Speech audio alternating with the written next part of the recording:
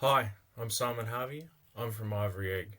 Welcome back to part 2 of my look at the ThePixa, which is the Theben optical sensor.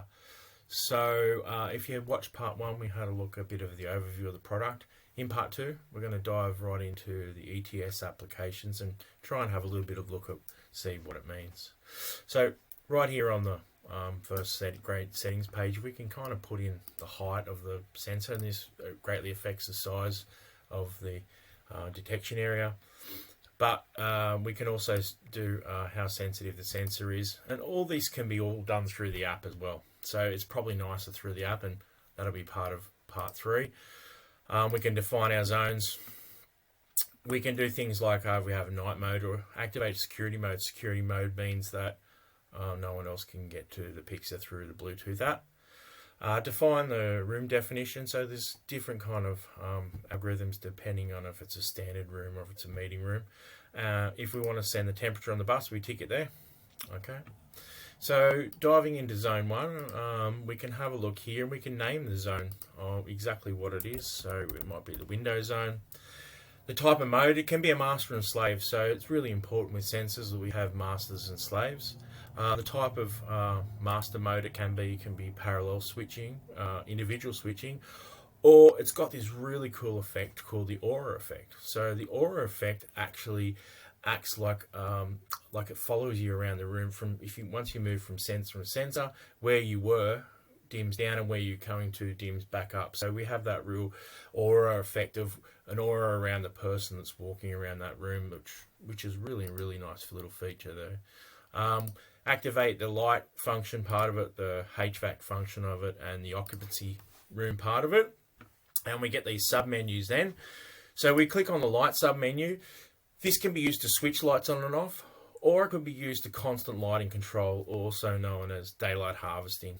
So if we click on that, the daylight harvesting, we get different applications changes. So the type of sensor it could be a semi-automatic or a full automatic sensor. So this could just work autonomously by itself, or it could work with manual overrides for inputs and devices that can manually override it from a switch. So we can use it as a brightness detector as well. So again, great value for money here. We can activate standbys and stuff like that. So time delays, delay from motion to presence, or if you want a delay for that way, or a time delay in from motion or from presence as well. Okay. Control settings here. This says what happens when you have motion and you don't have or no presence. So obviously we've got it set for the light off. We could have it set to a minimum lux level. Here, it just by default, it's with motion, it brings it up to 100 luminaires, and with presence, that means you're sitting at the desk trying to work. That's 100 luminaires, and then when the device is in standby, it just leaves the lights at 50 luminaires. But we can have control details. So when we switch the lights on, you want the lights just to switch on to 70%. You can control them from. You can narrow the band of which they're controlled in. So the next little part is the HVAC part. So the type of things we looked at with the HVAC is, depending on how many people are in the room, depends on what kind of threshold you have, or what kind of mode you should be in, how hard the aircon should be driving for cooling or heating, depending on what's called for. So the type of telegrams that we can get out for the HVAC, we could get a switching command, which is just to let the aircon know we're there or we're not there. The other type of commands we could actually put it in modes. So, when there's no presence and there's no motion, then it can be in standby mode. When we've got motion, you may want to upgrade that to auto mode, and then when we've got presence, in comfort. And what we've really got to be careful of here with the HVAC modes is that you're just not turning the aircon on and turning the aircon off when people come in and out of the room. It's no good for energy efficiency. It's no good for the aircon. So we have a minimum amount of runtime. Once the detection works out that someone is actually going to stay in that room, then there will be a minimum amount of time on to get the most efficiency out of the aircon, or the HVAC, I should say. And we've got little delay setting there. So room occupation or occupancy. It's a really interesting one. So the type of way we can look at it is dynamic and static. Okay, so if it's a changing thing or if it's an increasing thing. So we can send the amount of people that are using the room to the bus, so we can collect that information. And that can change depending on if the number of people change or just cyclically. So every now and then sending a command to the bus. We can also look at activate the ventilation and activate the switching.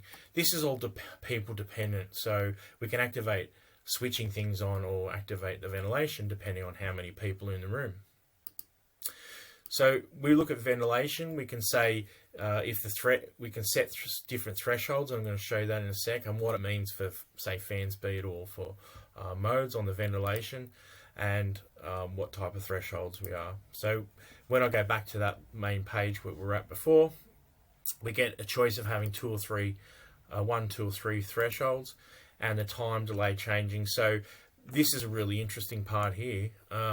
When you've got a threshold 1, what does that mean? 1 person in the room, up to 10 or 20 or whatever. And threshold 2, the next stage when we're looking at how many people in the room. This can build straight out of the device. And then threshold 3, depending on how many people in the room, what that means. So yeah, and just to have a look, we've got 6 zones that are all exactly the same and can be configured the same way for different parts of the project. But just giving you a little bit of a look at the communication objects, obviously we get the temperature that can come out on the bus here. We can have external push buttons, okay, for turning and overriding the sensor on or off, and we can actually externally send dimming commands to brighten the lights or push the lights down. Outputs, obviously, depending on if there's motion or not motion. We can have set brightness levels. We can set motion and standby levels. We can look and see, the HVAC can send out what the operation mode should be at the time. We can have a look at how many people are in the room. So number of people, and then the thresholds, the outputs of what we've talked about with the thresholds. So yeah. Look, I'll cut it up there, but it's a really kind of value-packed device. Think of a device that can control your lighting, your HVAC, give you room number of people, can give you temperature, brightness levels, direct daylight harvesting. It is the one-on-all solution. Thank you.